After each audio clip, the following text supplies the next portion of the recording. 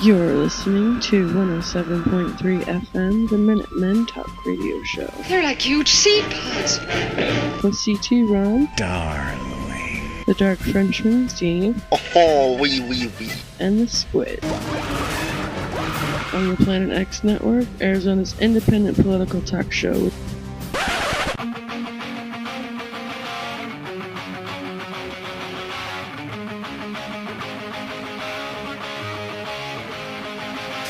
Hey, what's going on, everybody? It's your host, CT Rob, and we're coming to you live in the lab out of the 623. And boys, another hot one in the Valley of the Sun here in Arizona. We're joined by Lucas Maximus. Babalooey. Sorry, I'm so sorry. And we're joined by CT Steve, Dark Frenchman. Hello. And we have quite a show for you today. We'll be talking about the good, the bad, and the weird. We're discussing the Republicans' attempt to kill everybody, and Obamacare. Yay. The Democrats' new message, and I have some discouraging news out of District 17 here in Arizona, but I got some shout-outs. First to everyone at Arizona Resistance and Indivisible Arizona. Hey, guys, thank you for going out there and fighting the good fight at the Capitol building right now. And I have some other shout-outs for Zion Zemi, Susan Ingles, Imagine John and Yoko, Silent Judging, and Dee Dee. Hey, guys, thanks for following us on Twitter.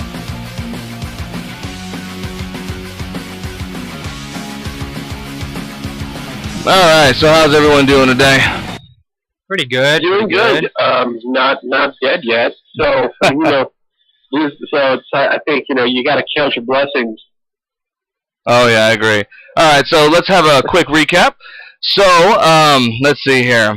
So we sat down with Charlie Verdon last week in Tucson, and what a great guy. He's the owner of Fan Gamer. They great company. He's a guy with a great message, really out there on transparency. But I digress. We had a loss this week, actually, in the political world. A soul was taken from us before its time, and I'm of course talking about Sean Spicier. Such a golden entertainment piece gone. Yes. And the reason is because he trumps rating. Playing words there. Oh yeah. Words. And I mean, come on, seriously, how many president secretaries do you guys know? Seriously. That's you guys gotta ask yourself that. How many do you know? Yeah, he made it kind of relevant. I mean, he did. I mean, stupid way. So then the Empire struck back again, or I meant the Republicans struck back on trying to repeal Obamacare, and boy, they just they keep digging away at this, don't they? I mean, they just keep digging and digging and digging, kind of like a coal miner digs for coal, but they're not giving him health care either. Another relevant thing that happened is Kid Rock is thinking about running against Elizabeth Warren for senator. And, Republicans, when they heard that, they're just, for Senator Rock, like the prestige in politics isn't ever expanding in the Republican Party. So that may be, expanding, but also the Russian probe is starting to expand as well, and that's definitely expanding Trump's finances. So we'll see how that goes. So let's get started with that good and the bad and the weird. And Steve, I believe we had some good that tied in with the bad today. Yeah, I mean, we both had this story. It's a pretty big story. It's what's going on now. Donald Trump permanently banning, effectively, immediately, transgenders from the military of all active branches. That's a pretty bad statement right there. You said it was good. I said that was bad. Now here's what we can. It's bad till we can get to the good, guys, because it's always a bad thing. By the way, the most acceptive president for the LGBT is now banning the transgender. There you go, guys. Number one for LGBT right Number one, LGBT, number one. It's funny that that's happening because you have to take good with bad, and now we're taking bad for the good, and which came out of this, which is good, is he is now 11% approval rating in like 7 states that he previously won in the election past year. So that's that's good for us and bad for Trump. Yeah, well, I mean, you think about it. These are also, and 2 of those states, I believe, that were very heavily for Trump. They were red all the way, and they're still red now, but they're just not happy with his decisions. And again, how could they be? Yeah, I mean, you're getting a little good with the bad. I mean, so it's a give and take on this one. What do you think about it, Luke? Well, this is always interesting. The transgender ban, there were a couple of things that came out of like how like some people wonder like why did this you know, of all the things that kind of come out of this, what was going on. So one of the things that kind of like that was brought up to my attention was an article by Politico. Basically the long and short of it was the issue of transgendered surgery and medical procedure being paid on the military dime. Because obviously, once you're a soldier, you know you get your medical treatment paid by the military. So there was a question on whether transgender people would receive you know, the assignment surgery and all of their medicine, the procedures through the military. I think I cannot even. I've been trying to remember this. The private that was part of WikiLeaks. Mm-hmm. She was transgender, and she, I believe, received her treatment through, you know, the military prison system as she was doing it. So this was a question of the funding. Now, the conservative side and the Republicans did not want this funding to go through. More moderates were okay with it. It should also be pointed out that the acceptance of transgender soldiers, it has been under review and was only kind of like late stage approved by Obama. I think it was like October 2016. So this is a really, really new development. So the irony is that to a certain degree, maybe Trump still is the most LGBT accepting president. Just the way presidents have been treating, you know, since know, ever. But that's another story. So basically what happened was the conservatives appealed to the military, to the Trump administration to say, stop this funding. Mattis kind of rejected it and kind of kicked it up the pipeline. And so Trump decided to just ban transgender people overall, to not even deal with the issue of funding. So it kind of seems like, once again, in order to handle an issue, Trump decided to just stick his, you know what, in the hornet's nest. Yeah, right, pretty much. Yeah. And he's like, well, no more transgender people, no more problem. Which is, of course, exactly how I suspect his mind works. But I think it's kind of a moral issue, though. Don't you guys think, though? I mean, isn't it kind of like, you know, you can die for a country, but, you know, that's all you can do? Whatever else you want to do with yourself, no, it has to be Christian, so to say? And this all comes back to, you know, the 2 years ago, I believe, when they repealed Don't Ask, Don't Tell. Yeah. It's like, again, it just seems like such a weird thing that so many people are so hung up on. It's like, if they are gay and they want to serve in the army, you know, that's somehow going to destroy morale. And my question is, the people that push this type of talk, they're almost always senators who have not served. Yeah, right. That is really true. I would genuinely like more and more, if this was an issue, for more infantry, more officers, like, why don't you come forward and say if this is really an issue? Yeah. Like, how come these people don't tend to speak up that much? Maybe I'm just not paying attention. But when it comes down to it, it's like, these people who are pushing this idea of it's hurting our soldiers around, like, well, why don't you ask them? Yeah, right. Why don't we genuinely ask? It goes back to even I believe it was the 2012 election when Ron Paul was running. Ron Paul was actually, he actually received the most funds from military families, yet that never got reported whatsoever in the media. Whatsoever. Right. So when it went to asking the soldiers who they wanted to vote for, it was one congressman. Yeah, go ahead. The one congressman that was running on a platform of getting them out of 2 wars was getting the most donations. That's why. Yeah, it's weird. I mean, it's an on and off switch. I mean, sometimes it benefits others when it's serving them well, but when it's not, you know, and then they pull that card of like, oh, we need them out. So, well, it goes with anything. You know, they're supposed to be the party of states' rights, but, you know, when it comes to little things like that, it's like big government all day long. Right. Yeah. But let's move on a little bit. Luke, you actually had a really good story for the weird today. Oh, yes, the weird. This is a couple of days ago, I believe. Yeah, 5 days ago. This was Stubbs, the passing of Stubbs the cat.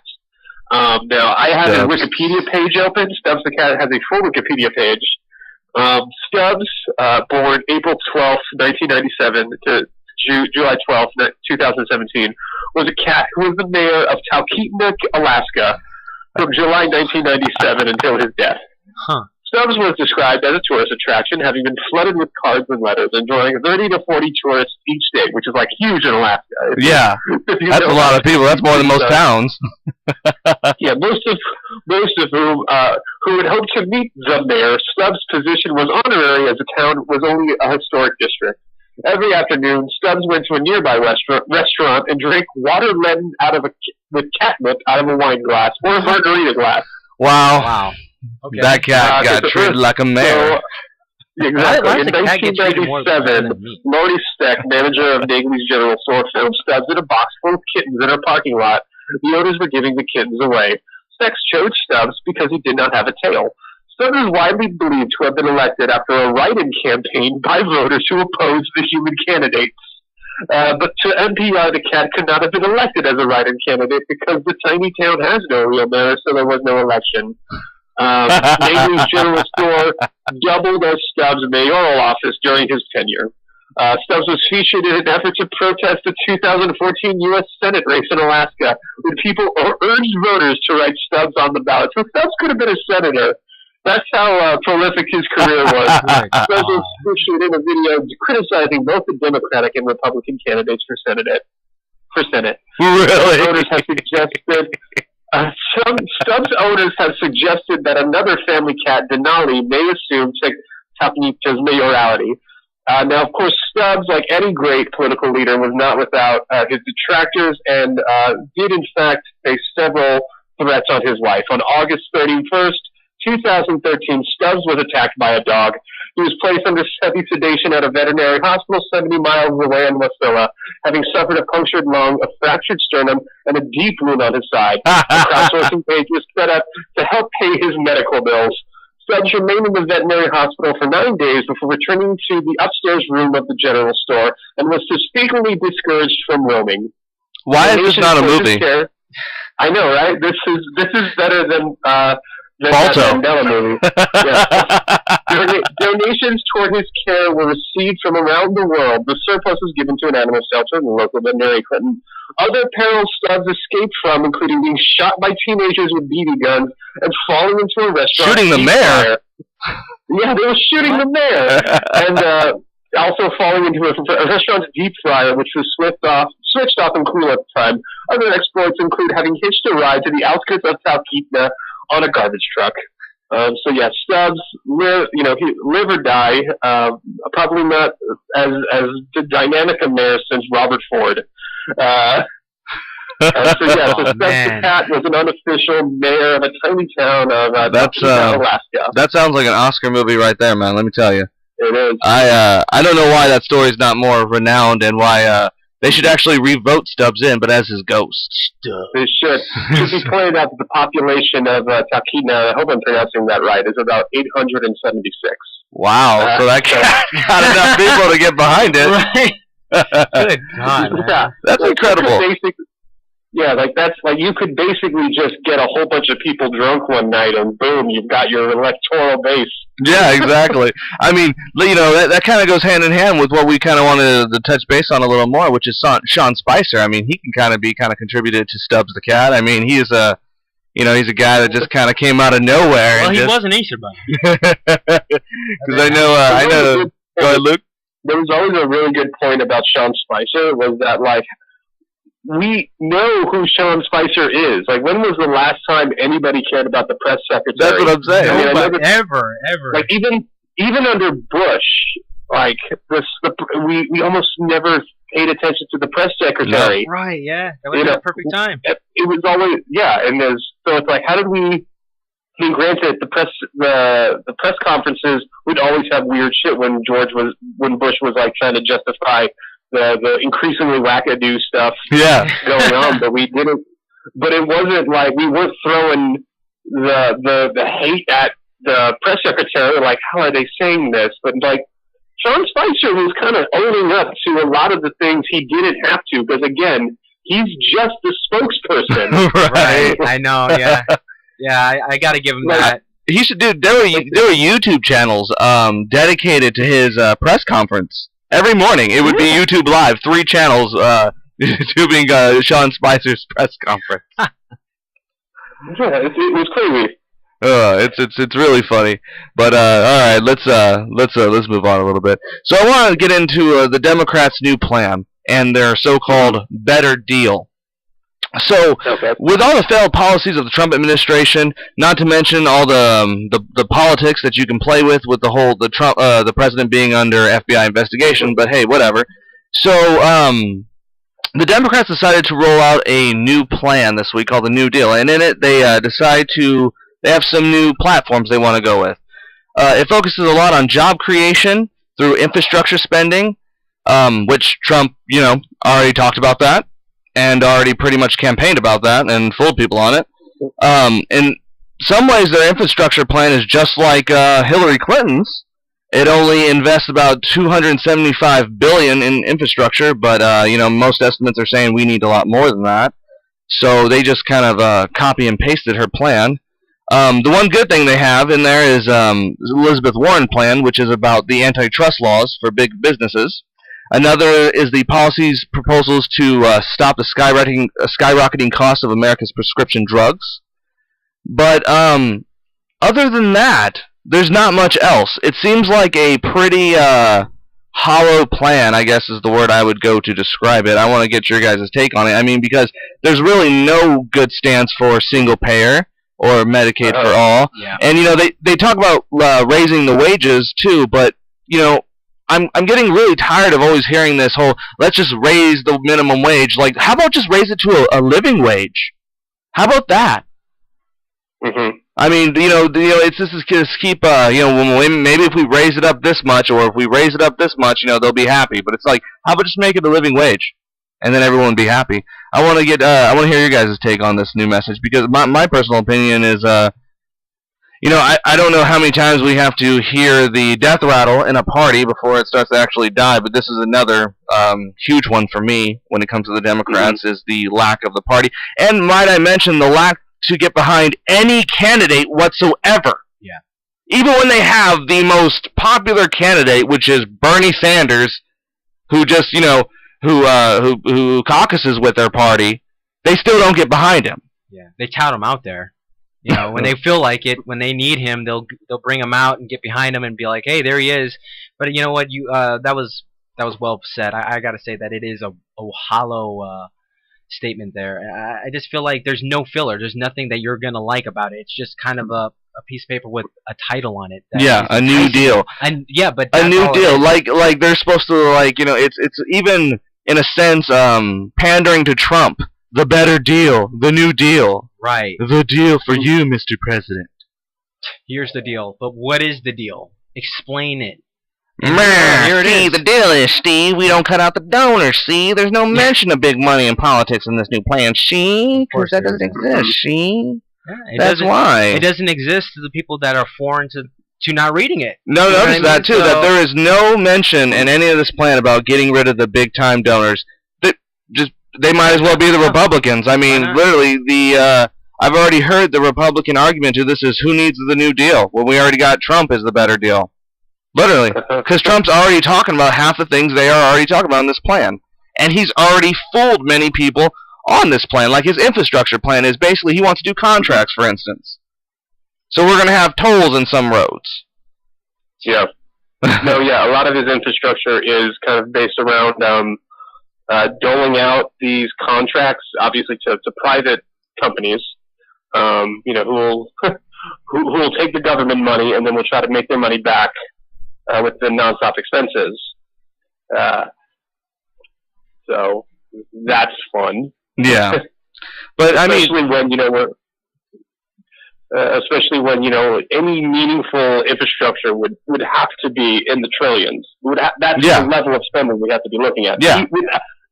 Just to even get like our infrastructure ratings by the American Association of Engineers from like a D to a C. Right. At least I believe we have a grade of D, if I'm not mistaken. I think it's a D minus. Yeah, we're close. It depends on the city, but we average around, I believe, in the D minus. Wow. For most major cities. So. Yeah, I'm concerned because this just doesn't seem like a message that's gonna get rural voters or get really anybody excited about anything. Really, it really just seems like. Go ahead. Yeah, we seem to once again seem to think that like centrism is like the way to go to appeal to the white working class that we've lost. Like that was such a big talking point in the postmortem of Hillary Clinton's loss. And again, it's a unique loss when you really break it down. It really is. Yes, I'm glad you brought that up. Go ahead, keep going. But again, yeah, the core of her loss was the white working class that made up the key component of these swing states. Mm-hmm. But at the same time, because at the same time you have what was the Democrats' thought process was that, by focusing on identity politics, that obviously people who were turned off by the open racism of the Republican Party, and let's call it that, let's not even beat around the bush. No, I was actually just going to say that. Most of it was based on racism, too. Yeah, and so they seem to think that just by kind of appealing to those identity politics, just being like, again, it all came down to, well, at least we're not that guy. Yeah. Like, and their arms wide open and being like, come on, guys, we're not them. We're not bad. Right? This bad. Yeah. Right? The black people will just vote for us. Right? We're Democrats. Yeah. So, I really don't know. There's another group of media people, the Chapo Trap House. I love the name. They kind of broke down I don't know if you guys have any strong opinions about them, but and I don't agree with them on everything. They did have one really strong opinion about the idea of there's now obviously the centrist establishment of the Democratic Party, the one that got them to where they are today. Yes. And then there is the left-wing party that is that is unofficially very, very socialist. And so there has been so much talk about when is, are these two groups going to stop the infighting and going to stop? Though I agree with Trapo House in the idea that the compromise needs to happen, but it can't come from the left. I think the center is going to have to decide to go all in, and I think again there has always been this belief that America is, on the whole, a center-right country, and that can sometimes skew your opinion one way or the other, depending on where you live. I know I've always kind of felt that way, having lived in Arizona for all my life and knowing so many people from different, red states. I think, again, that stuff is hard to say. We're always looking at a situation where only 50% or a little bit more of the electorate will vote anyway. Yeah. Well, one thing I will disagree with you on is most polls have shown that America goes center-left on most issues, like abortion, living wage, voting rights.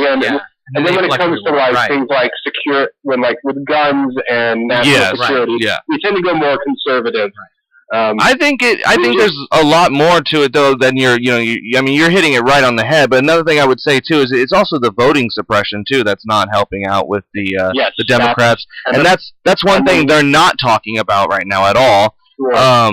They're not hammering the message away enough either. That we're the party of the working class. They're just not hammering that message away. It's kind of like, well, they're also not taking these voter laws to court. No, they're not. Yeah. Take them, for God's sakes, get the lawyers and get them to fix those laws. Not to mention the gerrymandering. Yeah, well, the gerrymandering will be interesting because I believe 2018 is when the redistrict when we redistrict. Yeah. So again, that pie in the sky goal is that the Democrats take back the House and the Senate, or one or the other. It's a little bit harder than people realize. Oh, yeah. But, especially with this messaging. Yeah. But what will happen is, during that redistricting, that's going to really set the tone for not just, obviously, the 2020 election, but for a lot of elections. So I think it really cannot be stressed for anybody who is left-leaning how much of the future of America for their foreseeable adult future will be decided in 2018. Right. Yeah. So yeah, it worries me too, and you really hit a lot of good points, and some of the ones I want to talk about that you haven't hit is just the tribalism of just party politics, just the idea that because most people don't even realize that those states that Trump flipped were on key economic issues like Pennsylvania, Wisconsin, and Minnesota, but the rest of the South was mainly based on racism and voter suppression. Of course. And those are something that the Democratic Party is going to have to address before they can move on. And they're going to have to also stop a lot of, as you said, the infighting. And we've talked about this a lot on the show. There has to be compromise, guys. There just has to be right now, because it's getting to the point of, and I tell people this a lot off camera and off air, is there's a war against liberalism right now, and many conservative radio hosts are actually even talking about this. They're talking about how they're like Alex Jones, for instance, Bowls Chili.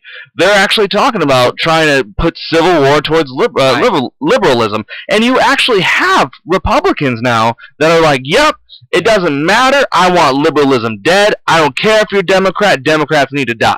And it's like, if you really have that kind of thinking, there is something seriously wrong and skewed with your mind. That's not how politics are. It's not a game of destroy your opponent. It's a game of compromise. Well, it's a game. It's a game of defeating the other guy. But yeah, you're getting to the point now where they want to eradicate the other party. They're scaring their own party.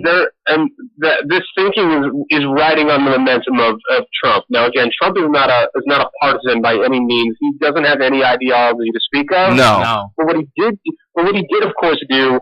He basically allowed conservatives to indulge the worst aspects of their policies. Oh, absolutely. You look at Steve King; he's having a field day. Yeah.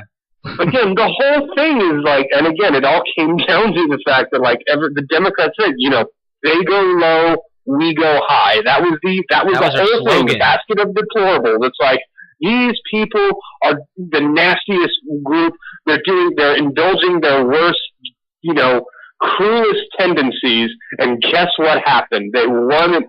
I'm so glad you bring that up, because I have said this to many a Democrat here in Arizona: is stop apologizing. Stop.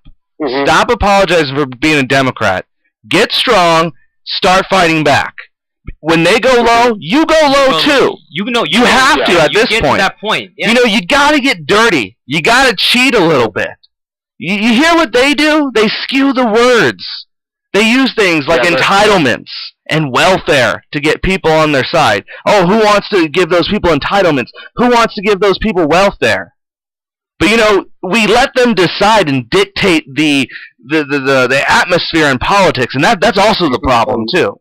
And the rhetoric too. Yeah, yes, and the rhetoric. Yes, the rhetoric. Yeah.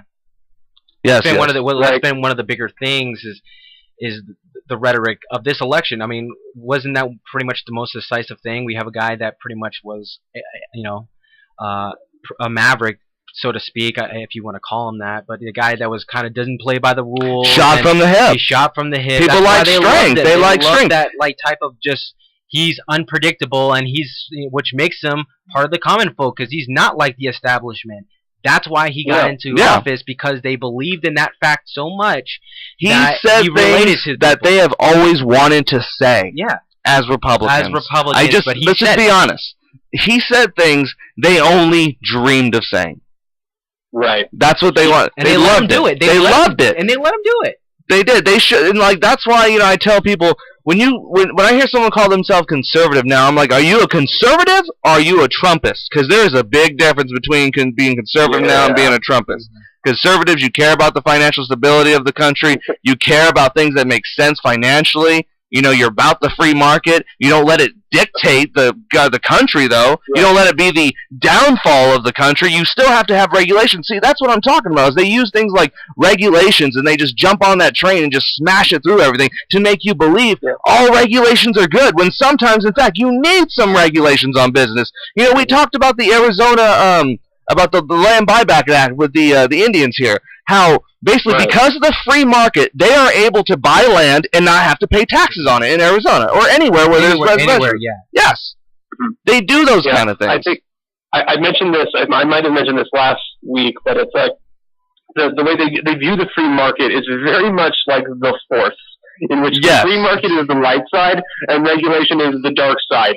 And so, like, we cannot indulge, like, you know, it's just like we cannot stray from the path of the free market. If we indulge any regulation, we are giving in to the evil dark side that will consume and bankrupt our beautiful country. Like, there's no elements of nuance to even think about it. Even when you throw out common sense stuff like, let's make sure that our food isn't poisoned. Like, I would be okay with that, right, guys? Right? Cool? Oh, no? Never mind. Right? But all you gotta do is slap, we're gonna just regulate the water to make sure it's not poisonous, and they go, oh, what? Now you're telling me what I have to do with my water? Oh, deregulation, deregulation. That's what they do. But, you know, it's so funny. They scream about regulations, yet they regulate schools the most. They don't take regulations off of schools. You know, they talk constantly about the free market healthcare system when it's not even a free market. It's a seller's market because you let the insurance company dictate the cost of your drugs. Mm-hmm. How is that a free market? And then they talk about Then they talk about states' rights so much, and then they're like, now we got to crack down on marijuana. When a state will legalize marijuana, the constituents in that state will legalize marijuana, and then they say, oh, we believe in states' rights, like, you know, states' rights to oppress black people, but when it comes to smoking weed, you better not smoke weed. Mm-hmm. There are a couple of other, I'm trying to think, oh, yeah, well, then there's also just the general, whenever the states, for a while, when they were trying to legalize gay marriage, various states, and, you know, there were attempts to give to kind of control those states whenever they did something that was not a part of that. It's moved away now, but I definitely see that happening again. Yeah, with these new laws being passed. So let me. So I guess what it comes back down to kind of bring this back around to the Democrats a better way. No, not a better way, a better deal. Sorry, a better way was the Ryan one. With Paul Ryan. I think at the end of the day, there is just so much that the Democrats really need to pull themselves out of. And to me, the core thing will always be those corporate donors. Yep. Until they shake that, it will never end. You cannot be a party that appeals to a mass group of people who are against, you know, the increasing corporatization of a country. Yes. And be fueled by those corporations. The Republicans don't have that problem. They love the free market. They love big business. You know, that's their blood. You know, these are the job creators. These are the heroes of America. So of course they're going to take all their money. Of course you would take the money from who you consider the best Americans in the world.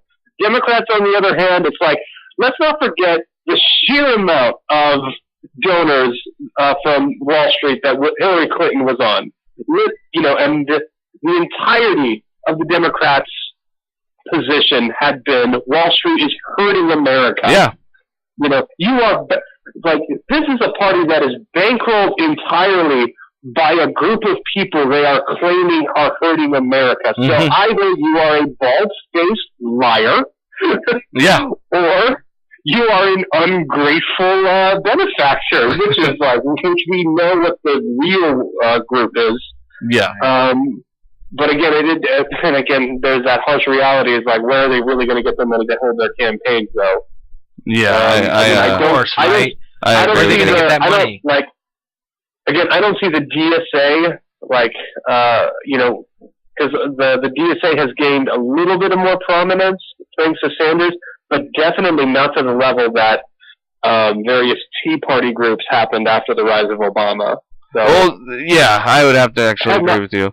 Heck, not even the Occupy Wall Street groups got more prominence than what's going on with the DSA. Yeah. And as far as genuine leftism goes, the DSA is by far the most, notable organization in America that, is a pure far left group.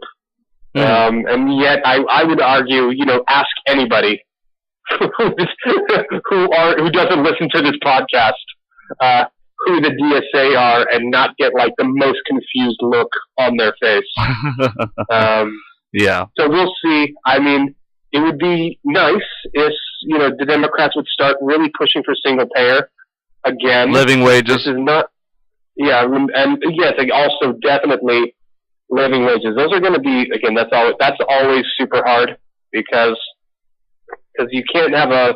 I'll admit I'm actually kind of on the fence on a federal level just because the sheer range of costs of living that go around here, that go around different parts of the state, the country. Well, Australia has a $25 living wage, and they're doing just fine. What is that? Australia's doing a $25 wage, yeah, and they're doing just fine. Keep in mind that Australia's population is like 15 million, and most of them are concentrated in cities. Yeah. So, but like America is like 300 million scattered across states. Thousands. I disagree. I think if we have money for bombs, we have money for that. I think if we have money to waste on Afghan soldiers. We have like 186 billion or something like that on Afghan soldier uniforms that didn't even work. That didn't even use camouflage. Didn't even work in the environment. Yeah, didn't even go into. No, yeah. It got really bad. It got really bad during the Bush years. I think it got a little bit better during Obama.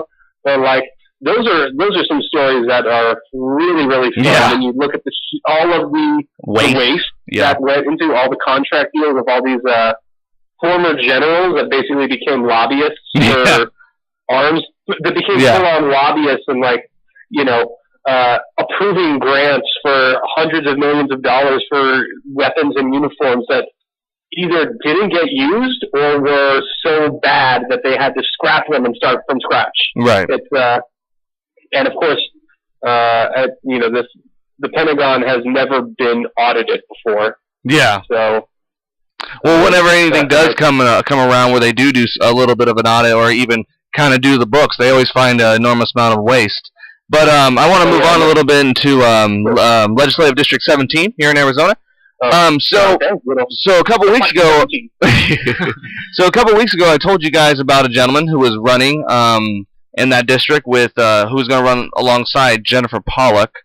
Well, you will be hearing about this guy real soon because he has filed his papers with the Secretary of State. Mm-hmm. So now we are going to have initially 2 Democrats, plus whoever's going to be an independent, or whoever might run as an independent, and plus the Republican running in Legislative District 17, which is definitely going to split the vote. And as we just talked about too, the lack of the Democratic Party to get behind one person, one message, whether it be on the national level or, as you can tell, a state level, it just seems to get it. I mean, it's just it's a circus, I would say. I mean, I hate to really use that kind of language to describe it, but it's a circus show when it comes to that. When I hear this kind of stuff at even a local level, it makes me cringe because I'm like, this is an important victory, and yet they're throwing people. Well, it's not the Democrats are throwing this guy, and this guy's running by himself. He's actually gonna just kind of throw his name in the hat just for the hell of it, and he thinks mathematically he's gonna win in the Chandler area over there. But okay, yeah. I'm calling it now. I don't think the seat will be flipped now at this point. I'm very concerned. I think Jennifer has a great chance being a center left politician, but realistically speaking, unlikely. This is Arizona. Unlikely. Yeah. This is Arizona. Unfortunately. My thought is, so for the midterm, on the local level, do they have a primary before? Or yes, they do. Well, no, they don't. So this guy's just going to run alongside. Yep. Okay. So, I mean, the only chance then would be if at some point, one or the other realizes the other's not going to make it and goes out. I'm curious about how much support this new arrival has, because again, if they don't have funding, if they don't have the message, it's hard to really say where they'll really come through. I would say if the Democrats are serious, next year they would start to put their weight behind one person. Yeah, but I don't know. I'm just worried that this guy's going to split the vote, and that's really all I can really say about that. I just wanted to give my listeners a little update on that that message there. It's really disconcerting because she actually had a very good chance here, and I think now with this new development, it's going to make it a chance very, very, very slim. So I wish good luck to her on that note. So some other news. We can just use this platform to trash him, I guess. Right. That's a great American spirit. Right? I guess I'm just gonna. What's his name? I'm gonna Google him right now. Oh my God. Oh gosh. I've just Googled his name. They're just so. The things he's done, the things he's said. Oh, you don't know what he's just said about the Irish. It's so offensive. I can't even. Oh God, Jewish Irish people. He has simultaneously denied the Holocaust and wished more of it happened. Oh it's God! So awesome. Speaking of Holocaust deniers, I don't know who it was on Twitter, but I know some people know who Paul Joseph Watson is. He actually had he's going to have a debate with some other right winger on the legitimacy of the Holocaust. Oh, good. Wait, this new arrival? No, this guy is another right-wing talk show host who's a Holocaust. Who's a guy, I don't know his name, but basically, he extended a debate to Paul Joseph Watson on the authenticity of the Holocaust. How real is the Holocaust? So they're in a debate. And what were the applications, I guess? Basically, how true is the Holocaust? Why? Joseph Watson, that's fun. Yeah. Yeah, he's fun. I love because I do love how the whole prison planet people because Paul Joseph Watson is one of those is part of that Alex Jones network. Oh yeah. Many people don't know this. He used to be a janitor actually. Many people don't know. He actually used to be a janitor in England, scrubbing toilets. And now he scrubs reports to make false articles. Yeah, gosh, that's the best part about right-wing politics is how easy it is to fail upwards. God, tell me. I'm telling you, all you gotta do is just scream. That's like the basis number one. What was it? Alex Jones was for years, just doing ridiculous, was just on public access. I don't know where he made his money, but he was like every night on Austin public access. Do you know he's worth about $8 million? Yeah, I know. That's great. I believe it. No, he is. Yeah. Reports claim he's worth $8 million. Gosh. And it's really funny because his InfoWars, as we've actually done a little bit of digging on InfoWars, and it's really funny. InfoWars is actually not even the company itself. It's actually run by an LCC company that doesn't exist. And for those people who don't know what an LCC company is, it's actually a parent company that is not liable for that company. So it's basically a company that can hold weight over and say, hey, you do what you want, but if you say anything final call goes down. Yeah, final call goes down, I ain't gonna get blamed for it, basically. Yeah. So it's interesting because you actually look at most sites with Alex Jones. There was this one site we actually found where he is actually not even the owner of InfoWars. Dun dun dun. And an interesting clip was actually sent to me. All of that screams tax evasion. Right. That screams massive amounts of tax fraud. Another interesting thing, I don't know if you've ever seen this. If you go on InfoWars connected to Time Warner, there is one of his cameramen that is actually trying to get access to, I guess, a private facility. And the security guard asks him for his papers, his credentials. And upon showing him, he says, "You work for Time Warner." And the guy goes, "No, I work for Alex Jones." And he goes, "Oh," and he laughs. He goes, "You work for Time Warner." And then, ironically enough, you look at what station Alex Jones is on, which is Sirius Radio, which is actually owned by AT&T, which is owned by Time Warner. Yeah, Time Warner there, so it's really interesting. Really, I don't know if you've ever heard that, though, any of that. Well, that makes sense. He is a master grifter, so... Yeah. Well, it came out that he's also a master con artist as well as playing as an actor. Yeah, his Wikipedia page says actor. Yeah, to be honest with you, Alex Jones is probably one of the most... he's made his living off of fear and... Panhandling wise and... Most chili! Yeah, but... Now it's just basically fear-mongering at its worst. Well, he's calling for civil war, man. That's what I'm saying. He's screaming, "We're under attack." Yeah. So when you do that, you're kind of labeling yourself in one way. Yeah. It's weird that it's also weird that he's saying that they're under attack, especially when the guy he personally endorsed won the presidency. So Right. You would think. You would think. How are you threatened? You have you are like Alex Jones. You're the dude you wanted won. Right?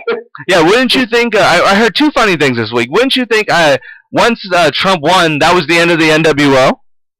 Wouldn't you think? Wouldn't you think that was the case? That would have been it. You would think it was all, the evil's been vanquished and now good can live and prosper. Bowls of chili. Right. You would especially because if you're buying into Alex Jones' narrative of Donald Trump being the super outsider, it's in your head, surely Donald Trump, the first day was all right, where's the NWO? We're taking it down. Right, and our correspondent out there in Tucson, Matt, actually, when we were sitting down with him when we were interviewing Charlie Verdi, he made a good point too. He goes, "Well, I know for sure there ain't no aliens in Area 51 because Donald Trump would have already blown the lid off of it."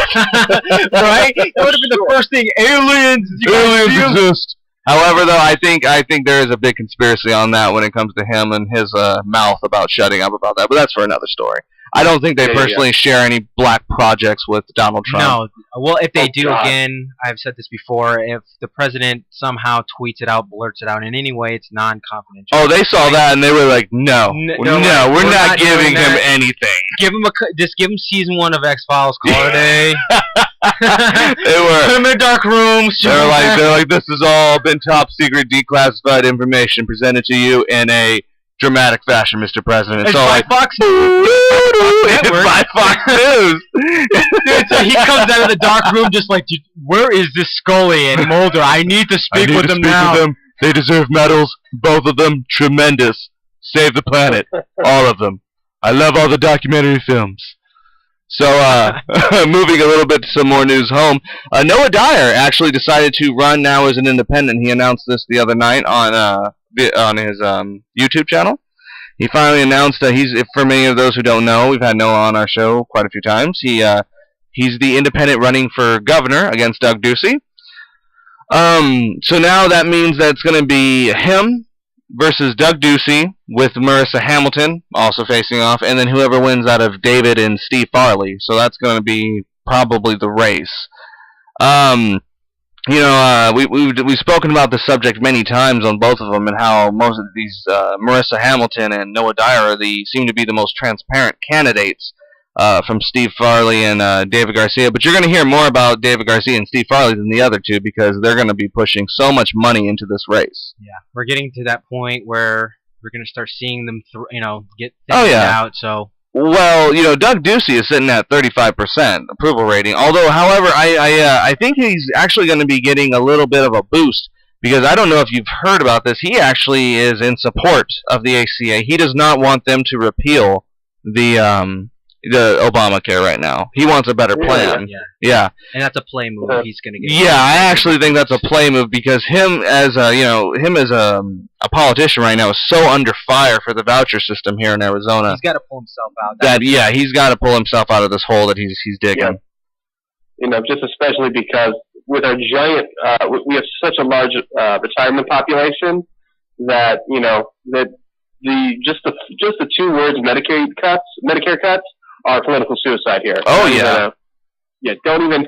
Yeah, if you even hear whispers of Medicare cuts, it's no, because again, that's not an existential thing. Those are people, your voters, the core of your base, hearing words that they might die. That's not even. It's not even an exaggeration. People will die. There's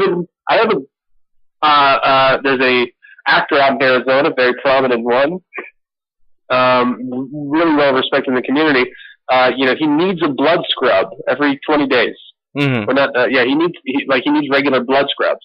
If his Medicare is cut off, that's it. He has a week left.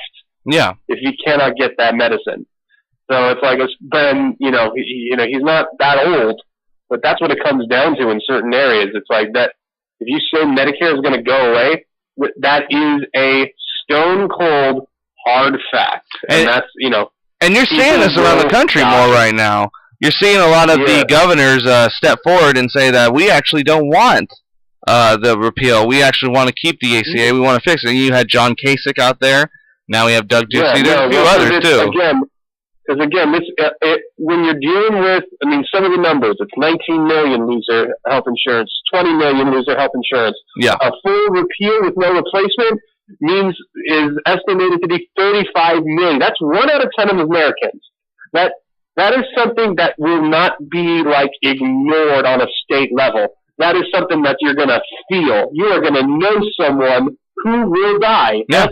That's the long and short of it. But see, here's the argument against you, and I'm going to give you the argument against you that I hear a lot. Sure. It is, well, they don't deny you access. They don't deny, if you arrive at the hospital in the emergency room, they're not going to deny you. No, they will not deny you. But let me paint you a scenario real quick, and I'm going to tell you the exact thing that needs to go against this argument. Mm-hmm. Let me tell you. No, they do not deny people access. If you come into the emergency room bleeding, they will help you. However, what they fail to mention is, let's just say you're driving home and no fault of your own, you get in a car accident, you get dragged in there. Yes, they'll fix you up, but then after you're done, they say, well, we need $100,000. So are you going to pay that now, or are you going to pay that later? And even if the accident wasn't your fault and you get a settlement, it doesn't matter. That money still goes to paying that doctor, that procedure. That's what happens when you take a conservative approach to the free market healthcare insurance. Now that's for someone who didn't have healthcare. For someone who even has healthcare, it's still going to be an insane amount of money out of that $100,000. Do you think any insurance company is going to cover $100,000? No, because most of these insurance companies are in it for money, which is funny because you would think a company that thrives off helping people would be like, well, we got to spend at least a little bit of money helping somebody. Yeah. But, yeah. Again, I mean, granted, again, it all comes down to, like, the optics of it. So it's like, it's increasingly a corner that has put Republicans have put themselves into, because again, there's no strategic move that doesn't include a whole bunch of people losing their health insurance, and there's no way that doesn't backlash on them no matter what. Yeah. And it's also why, and I mean, even today, there was another vote for the healthcare bill again. Mm-hmm. They just keep hammering on it. We recall, of course, John McCain, even though he did vote to continue the debate, he said he would not vote for the bill. Yes. So that, I want to correct that too. I'm so glad you brought that up. I was actually I tweeted about this on Twitter, and we got actually a little bit of backlash for it. He said, now what he said, and I actually applaud his speech. He did say he would not vote for the bill as is. As is. Didn't say anything about an amendment. Right. Now, he didn't say once we amend that bill, I wouldn't vote for it. He just said I won't vote for the bill as is. Which he gave, that was what the speech was about. That's what the speech was about. However, I guarantee he voted in the opposite direction. So, thank you, John McCain. Cheers. Yeah. So, once again, the bill has... I was going to mention, because we talked briefly about, again, the Russia stuff, and I don't know if we'll have time to talk about it today, but like the Russia bill, the Russia stuff, and the healthcare stuff feel like opposite ends of the spectrum. Is that every day there is a new development, but unlike the Russia, and in the same way, nothing changes.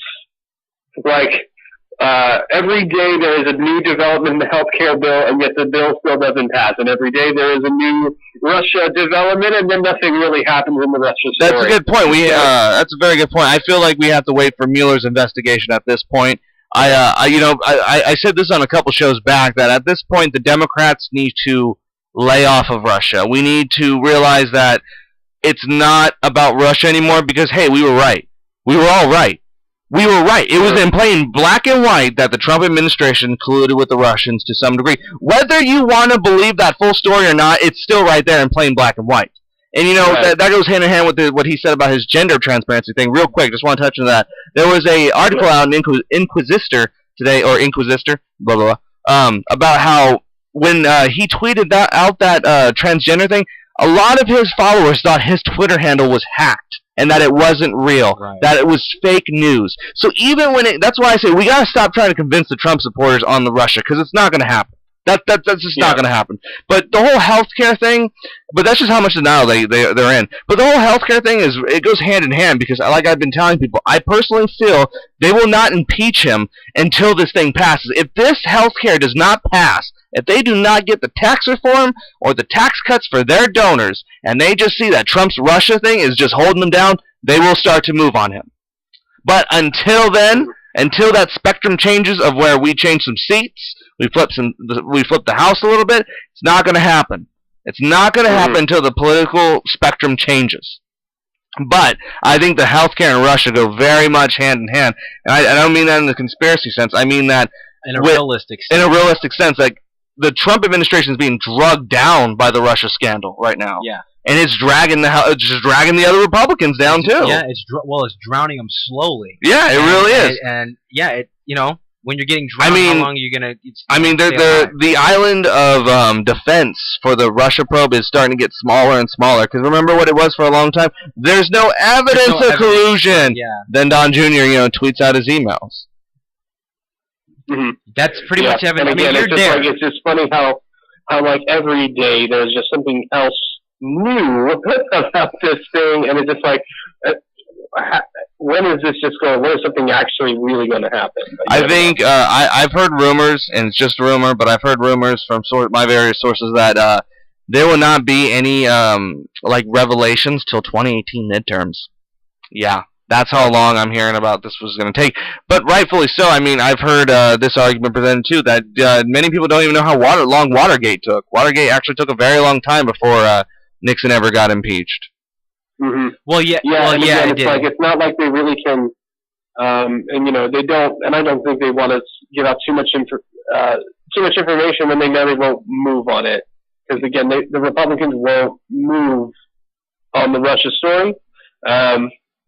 And again, frankly, I think the Republicans need to drop. I think right now the Republicans' best chance of surviving this healthcare thing is just stopping it, dropping the issue, and moving on. I think you're absolutely right. I would go a step further on that and tell you that I think this is just proof that there just needs to be single payer. That if both parties can't agree with it, then they should just let the government decide. Yeah. And for some conservatives, that may sound scary but tough.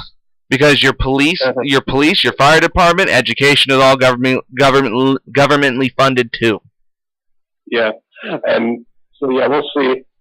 We will definitely see. I doubt any Republican will sign on for single payer, just because obviously the transition will be crazy, and then they'll have to own all of those. Well, I'm going to push back on you a little bit because this is something that actually we saw hand in hand with Obamacare. A lot of people didn't like Obamacare until they found out that the Republicans were trying to repeal the ACA. And then many people were going, what?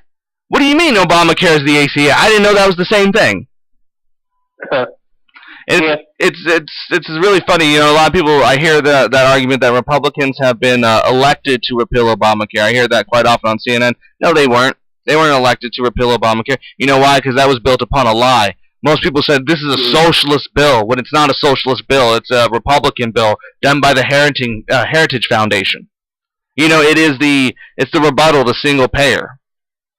And they wonder why, and we've said this many times, they wonder why they can't repeal their own bill, because they're fighting themselves.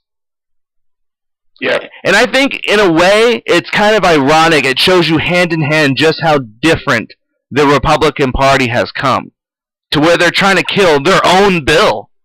That was of conservative value. It's conservative ideology. I mean, I don't know if you guys see that irony as much as I do, but I think it's pretty funny. As far as irony goes, I could definitely see it on that end. But as far as on a realistic scale, for them to kind of infight like that, I mean, that's been happening. It's just on a massive scale because we're dealing with massive collusions on all sides. So you got the Freedom Caucus and all that. Yeah. Well, that, and then but you're getting all of that. McConnell and the Tortoise Party. Right. I mean, but again, though, it's serious. You're getting a lot of this infighting because of there's too much powers at B. Yeah. You know what I mean? So to speak. And but I think that this will be if this bill, like you said, if we go to another time. I definitely do see that it will be an impeachment, at this point because it will be a forced impeachment. I mean, you look back at the Richard Nixon, it took a long time to get impeached because they were trying to save face for Nixon at the time. And Nixon what happened? All those tapes came out. Nixon was saying, I didn't do it. He took down those people with him. Yeah, but that's what I mean.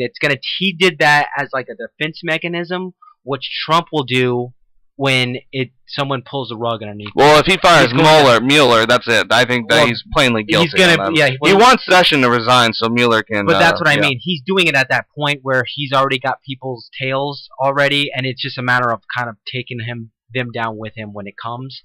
But yeah, as we know, guys, it's a long process for any resignation, and Trump's is going to be, if it happens, when it happens, it's going to be. It's just going to be nasty. It's not going to be pretty. Well, I want to add off what you're saying, Steve, and this is going to be the final thought.